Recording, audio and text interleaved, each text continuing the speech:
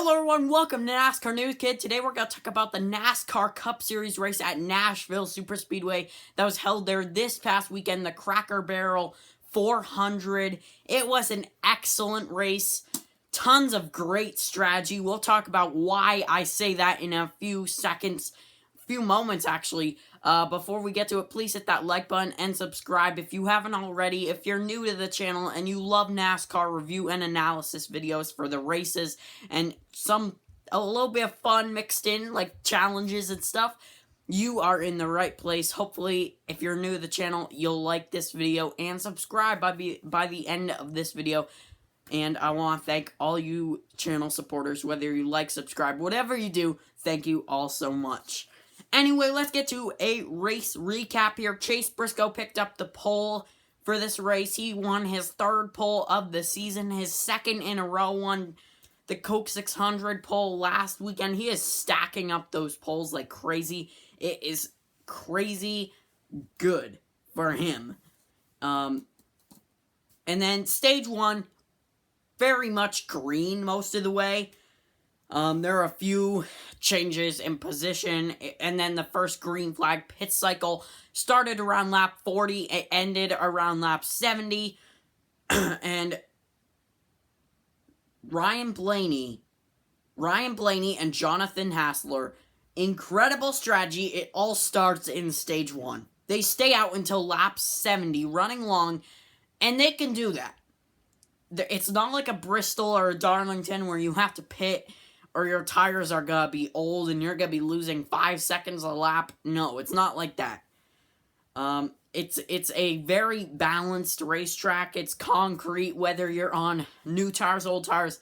You can even go faster on old tires, which is crazy. And that was what Blaney was doing. He stayed out. He actually gained some spots in that cycle, even by staying out. And he finally pitted around lap 70. And you might think that doesn't do him any good, but it'll do him good once I explain a little later.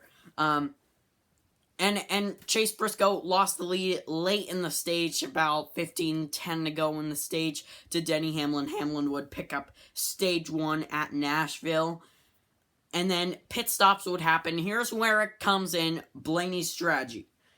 He is off first, pit road, with 2 tires. You might ask, why 2 tires? Well, how is he first? They pitted later. And that makes a huge difference, because he gets less fuel, which takes less time, and he gets 2 tires, which also takes less time. So he's off pit road quicker. He has the 2 tires because he pitted like 20 laps ago. So he is off pit road first, and now he has the track position. Now he's leading through all these cautions. Obviously, they go green here. They have a ton of cautions now. And lap 106, the first caution of many, Ricky Stenhouse gets spun by Carson Hocevar. Just a little bump to Stenhouse from Hocevar. Rookie mistake, overstepping way too early. A third into the race. Way too early for him.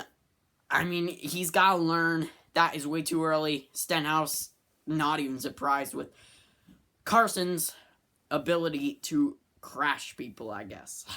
I don't know. He literally said he wasn't surprised, so I don't know. Lap 114, another caution. They would eventually go green. And then lap 114, another caution. Alex Bowman slides into Noah Gragson and wrecks both. All you Bowman fans are turning to Busch and Blaney fans. You have such horrible luck. Your driver is doing horrible these past few weeks, or they're getting bad luck. And Blaney is now, Bowman is now on that now. 2 weeks in a row, he has crashed early. He crashed stage 1 in the Coke 600, spun out. Now he's crashing again. He slides in Noah Gragson, a mistake a rookie would make. Slides in there too deep and wrecks both of them, takes them both out of the race. And by the way, Stenhouse was out of the race after that. But Bowman takes out Gragson and himself out of the race. Well, Bowman's not out of the race. He was limping the rest of the way. But he was multiple laps down. So, just like took him out of contention for the win totally. And then they go green. Bell would get spun by Eric Jones. Bell kind of came down, but Jones also kind of came up, so you could argue both ways. And lap 130, another caution. They go green for like 5-4 laps. And Heim and Keselowski get together. Heim, a rookie mistake again. Coming up the track at turn 4 into Keselowski across the nose, and he would spin out. That would end his day. He did slide up into the wall, get some damage. So that ended his night early. And it would be green the rest of the way in stage 2. It was just a caution first half of the stage, first third of the stage. And then the rest was green flag all the way to the end. And Ryan Blaney would pick up the stage win. And that was really looking good for Blaney. And he would go on to go ahead and dominate this whole long run final stage, and it's no surprise. His car has been long run. He's a long run racer. He's good at all the long runs. If you put Ryan Blaney on a long run race car in a long run on Nashville, the final stage, he will go out there and pick up that victory, and that is exactly what he did. He goes on and wins his first race of 2025 in the 14th race of the season. Incredible job by him. Jonathan Hassler, tons of credit. Strategy was incredible for them. No bad luck hit this time. And it was just a great race. Now, let's get to results here. Ryan Blaney, like I said, picks up the win first. Driver number 2. Finishes number 2. He is in his second year in the Cup Series. Carson Hocevar, just a huge disappointment. Lap traffic played a huge role in the finish. Just couldn't get there. He did have a little faster of a car, but not enough time. Lap traffic in the way, so that manipulated the race a lot. He finishes second. He is frustrated, but hey, it's a good points day for him, so nothing to complain about. The winning, I mean, he's around the bubble. You definitely want to get comfortable and pick up the win and punch your ticket into the playoffs, as Ryan Blaney did in the race. Denny Hamlin, third. Another great, solid race for him. Was up there pretty much all night. Won stage 1. Started second front row. So, incredible job by him, as Ryan Truex was waiting on standby in case Denny had to leave for family reasons. But, again, another great race. 2 in a row. Great job for Denny Hamlin. Picks up a third place finish. Joey Logano, fourth, backing up his Nashville win from last year. Many people said he wasn't really that great at this track, but nope, he is fourth in this race. Fifth for William Byron, a decent night, not winning speed, but he was up there. Sixth for Bubba Wallace. This is a confidence booster for this team. 23-11 as a whole has not been good the past few weeks. This will boost their confidence. Wallace had a speeding penalty on pit road, was trapped a lap down, then he comes up, final stage, he's working his way for it, up to 6th, with Brandt with new tires, and he is up there. He finishes 6th, rounds out the night. Not bad for getting a speeding penalty in the early stages, but he came back and battled back with that Toyota Camry and took P6. 7th for Eric Jones, Legacy Motor Club, continuing to show speed. Almost like a completely different team. They flipped the switch on for competitive competition in the series. He showed some really good speed. Was up in 4th, 3rd, even at one point. So really good speed for Legacy Motor Club. Finally showing speed, even when Nemechek last week, though he was nowhere to be seen this week. Kind of like last week where Jones was nowhere to be seen, but yeah, I mean they're showing the competition how good they can be. So they're really competitive these past few weeks. Kyle Larson in 8th.